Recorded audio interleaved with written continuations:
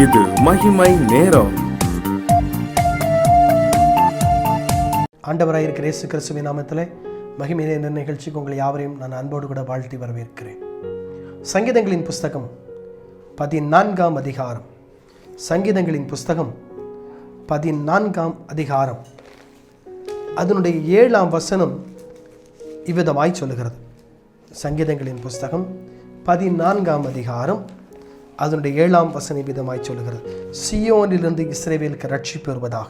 கர்த்தர் தம்முடைய ஜனத்தின் சிறை இருப்பை திருப்பும் போது யாக்கோபுக்கு களிப்பும் இஸ்ரவேலுக்கு மகிழ்ச்சியும் உண்டாகும்.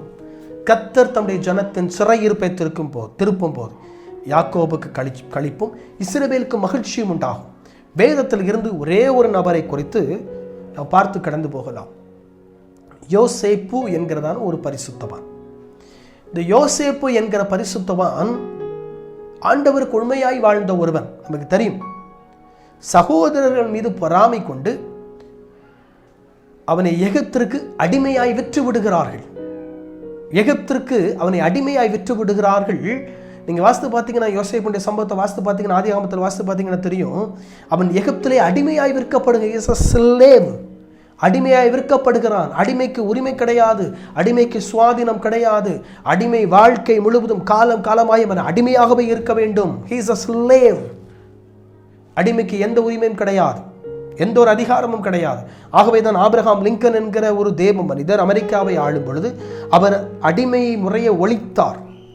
நமக்கு தெரியும், அடிமை முறையை ஒழித்தார் ஆபிரகாம் லிங்கன் என்கிற ஒரு அமெரிக்க ஜனாதிபதி. His excellency president of United States Abraham Lincoln அடிமை முறை ஒழித்தார். நமக்கு தெரியும், இது எகிப்திலிருந்து பிறந்த ஒரு முறை. ஏன்னா அவங்க தான் எகிப்திற்கு யோசேப்பை அடிமையாய் விற்கிறார்கள்.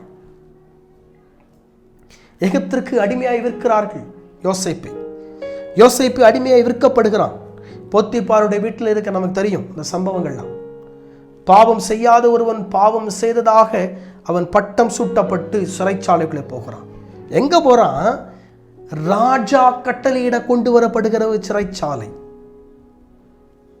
ஜெயிலுக்குள்ள யோசேப்பு சாதாரண ஜெயிலுக்குள்ள போகல, ராஜா கட்டளையிட கொண்டு வரப்படுகிறவர்கள். அங்க இருக்கிறது யாரு? முக்கியமான ஆட்கள் தான் உள்ள இருக்கிறான். யோசேப்பு ஜெயிலுக்குள்ள இருக்கும்போது 2 பேர் வர்றான், முக்கியமான ஆட்கள். ராஜாவிற்கு பணிவிட செய்யக்கூடிய முக்கியமான இம்பார்ட்டன்ட் பர்சன். ராஜாவிற்கு திராட்சை பழ ரசங்களை பிழிந்து கொடுக்கக்கூடிய ஒருவன் வருகிறான். பலகாரங்களை சமைத்து கொடுக்கக்கூடிய ஒருவர் வருகிறான். பான பாத்திரக்காரன் சுயம்பாவி. 2 பேர் உள்ள வர்றான். தேவ திட்டம்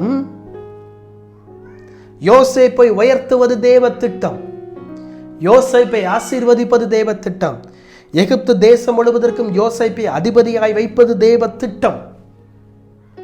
இந்த தேவ திட்டம் எப்போது நிறைவேறும் அப்படின்னா, அதுக்கு ஒரு காலகட்டத்தை தேவன் வைத்திருந்தார், அன்னைக்கு தான் நிறைவேறும். நம்ம வாழ்க்கையில தேவ திட்டம் நிறைவேறும்னா ஒரு காலகட்டம் இருக்கு, ஒரு சர்டன் பீரியட்.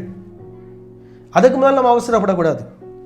நம்ம அநேக முறை தேவ திட்டத்திற்கு மாறாய் செயல்பட்டு விடுக்கிறோம், அவசரப்பட்டுரும். இன்னைக்கு கர்த்தர் பேசினார்னா நாளைக்கு அற்புதம் நடந்துடும். இன்னைக்கு ஆண்டவர் அதிசயத்தை செய்வேன்னு சொன்னார்னா உடனே அதிசயம் நடந்துடணும். இன்னைக்கு கர்த்தர் அற்புதங்களை செய்வேன்னு சொல்லி சொன்னார்னா உடனே அற்புதம் நடந்துடணும். யோசேப்பு காத்திருந்தான். தேவ திட்டம் நிறைவேற காத்திருக்க வேண்டியது அவசியம்.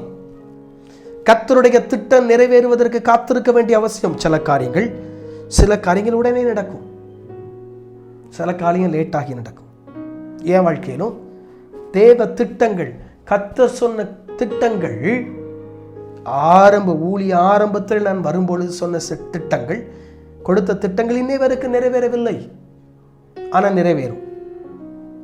சொன்ன திட்டங்கள் படிப்படியாய் நிறைவேறி கொண்டிருக்கிறது. சில திட்டங்கள் நிறைவேறவில்லை, சில காரியங்கள் நிறைவேறவில்லை. அது தாமதிக்கிறானால் வரும், நான் நம்புகிறேன், வரும், கண்டிப்பாய் வரும். ஆனா நம்ம கர்த்தர் பேசணும், உடனே நிறைவேறணும். ஆண்டவர் இன்னைக்கு சொன்னார்னா சொன்ன காரியம் எல்லாம் நிறைவேறணும். சில காரியம் நிறைவேறும், சில காரியம் தாமதிக்கும். ஆனா சொன்ன ஆண்டவர் உண்மை உள்ளவர், திட்டம் கொடுத்தவர், நம்முடைய வாழ்க்கையில திட்டம் வைத்தவர் உண்மை உள்ளவர், அதை நிறைவேற்றுவதில் வல்லமை உள்ளவர். யோசேப்பு அங்கே அடிமையாய் விற்கப்படுகிறான். அடிமையாக விற்கப்பட்ட ஒரு சிறைச்சாலைக்குள் போகிறான். 2 பேர் வர்றான். பானபாத்திரகன் சுயம்பாவி.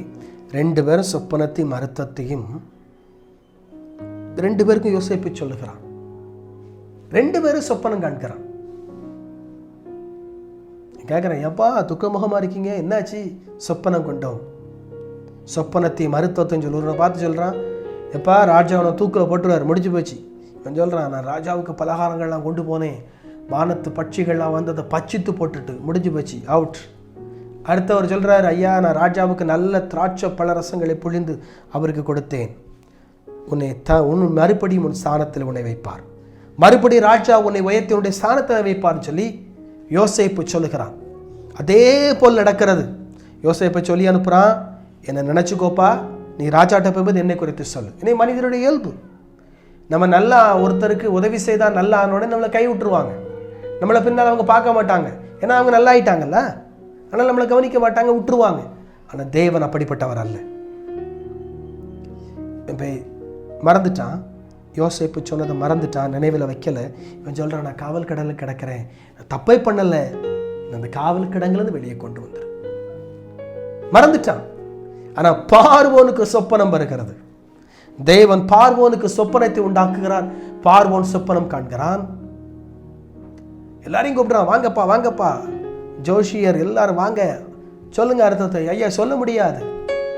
அப்பந்தான் பின்னால் இருக்கிறவன் சொல்கிறான், ஐயா நீர் என்னை பிடிச்சி கொண்டு ஜெயிலில் போடும்போது அங்கே எபிரைய பிள்ளையாண்டான்னு ஒருத்தன் இருந்தான். அவன் சிறைச்சாலைக்காரனுக்கு பணிவிட செய்துக்கிட்டு இருந்தான். அவன் சொப்பனத்தை சொன்னான், சொப்பனம் கண்டதை சொன்னான், அர்த்தத்தையும் சொன்னான். அவன் சொன்னபடி நடந்துட்டு ஐயா, அவன் சொன்னபடி நடந்துட்டு, அவன் சொன்னபடி நடந்துட்டு, அவன் சொன்னபடி நடந்துட்டு. பார்வன் வர சொல்லுகிறான், யோசேப்பு சொல்லுகிறான் சொப்பனத்தையும் அர்த்தத்தையும். பார்வோன் சொல்லுகிறான் யோசேப்பை பார்த்து, ஆதியாகமம் 41 அதிகாரம், ஆதியாகமம் 41 அதிகாரம் 40ஆம் வசனம், நீ என் அரண்மனைக்கு அதிகாரி ஆயிப்பாய், உன் வாக்கின்படி என் ஜனங்கள் எல்லாரும் அடங்கி நடக்க கடவர்கள், சிங்காசனத்தில் மாத்திரம் உன்னிலும் நான் பெரியவனாயிருப்பேன் என்றான். யாரு? அடிமை. எகிப்தியன் கிடையாது, அடிமை. போத்திப்பாரும் ஜெயிலுக்களை கொண்டு போட்ட போத்திப்பாரும் யோசேப்பினுடைய வார்த்தைப்படி அடங்கி நடக்க வேண்டியதே. பார்வன் சொல்றான், சிங்காசனத்தில் மாத்திரம் உன்னில் நான் பெரியவனாயிருப்பேன். ஏன் அரண்மனைக்கு நீ தான் அதிகாரி, ஏன் அரண்மனையை நீ தான் ஆண்டு கொள்ளணும். யாரே ஒரு அடிமையை கர்த்தர் உயர்த்தி வைக்கிறார். உங்களையும் உயர்த்துவார், உங்களையும் உயர்த்துவார். உங்கள் வாழ்க்கையிலும் அற்புதம் செய்வார். வாழ்க்கையில் பிரச்சனையோடு இருக்கீங்களா? வாழ்க்கையில் போராட்டத்தோடு இருக்கீங்களா?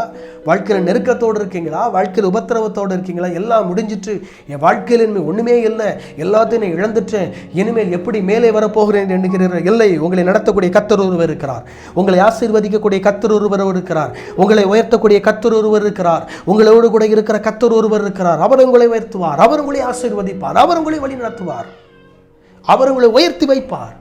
அவர் சிம்மாசனத்தில் உங்களை அமர பண்ணுகிறவர். யோசேப்பை உயர்த்தினவர் உயிரோடு கூட இருக்கிறார். யோசேப்பை உயர்த்தினவர் ஜீவனோடு கூட இருக்கிறார். யோசேப்பை உயர்த்தினவர் இன்றும் மரித்தடக்கம் பண்ணப்பட்டு 3ஆம் நாள் உயிரோடு கூட எழுந்த ஒருவர், அவர் ஜீவிக்கிறார். அவர்கிட்ட நீங்க போனீங்க அப்படின்னா உங்களை உயர்த்துவார். யோசேப்பை உயர்த்தினவர்களை உங்களுக்காக நான் ஜெபிக்கிறேன்.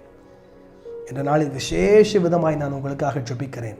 உங்கள் வாழ்க்கையில் எப்பேற்பட்ட பிரச்சனை இருந்தாலும், எப்பேற்பட்ட போராட்டங்கள் இருந்தாலும், எப்பேற்பட்ட நெருக்கமாக இருந்தாலும் இன்றைக்கு மாறும். என்னோடு கூட இணைந்து ஜெபியுங்கள். உங்கள் வாழ்க்கையிலே நான் பிரசங்கிக்கிற இயேசு அற்புதம் செய்கிறவர், அவர் அற்புதம் செய்கிறவர். தகப்பனே உமக்கு நன்றி, நீர் அற்புதம் செய்கிறவர். யோசேப்பை உயர்த்தி வைத்த ஆண்டவர், எங்களை உயர்த்தி வைப்பதற்கு நீர் விரும்புகிறீர் ஆண்டவர், எங்களையும் ஆசீர்வதிப்பதற்கு நீர் விரும்புகிறீர் ஆண்டவர். அடிமை துணைத்தை விட்டு எங்களை சிம்மாசனத்திலே அமர பண்ணக்கூடிய வல்லமையான ஆண்டவர். என்னுடைய வாழ்க்கையில் பிரச்சனைகள் இருக்குமானால், என்னுடைய வாழ்க்கையில் போராட்டங்கள் இருக்குமானால், இதை பார்த்து கொண்டிருக்கிற ஒரு வாழ்க்கையில் பிரச்சனைகள், போராட்டங்கள், நெருக்கங்கள் இருக்குமானால் இயேசுவின் நாமத்தில் விலகட்டும் என்று நான் ஜெபிக்கிறேன்.